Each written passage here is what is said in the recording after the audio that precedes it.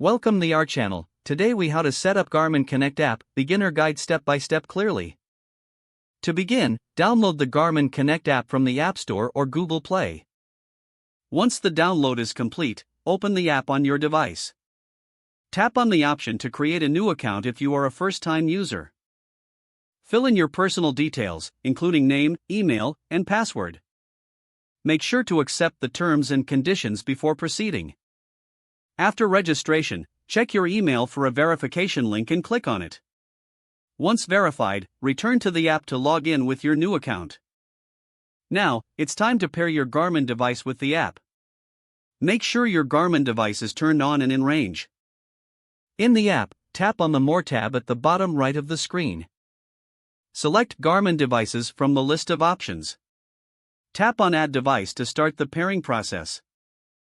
Follow the prompts to select your device type from the list. Ensure Bluetooth is enabled on your mobile device for successful pairing. Once your device appears on the screen, tap on it to connect. You may need to enter a pairing code displayed on your Garmin device. After the devices are successfully paired, you'll be directed to the app's home screen. Explore the dashboard to see your activity data, achievements, and health metrics.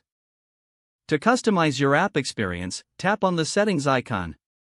Adjust notifications, goals, and privacy settings according to your preferences. Sync your Garmin device with the app frequently for up-to-date stats.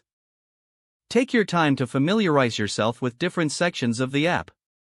Congratulations, you're now ready to make the most of the Garmin Connect app. If the page does not load, refresh the browser or try again in a private or incognito window. Make sure you are using the correct email address, then retype it carefully to avoid small typos. If your password is not accepted, use the reset option and create a new strong password you can remember.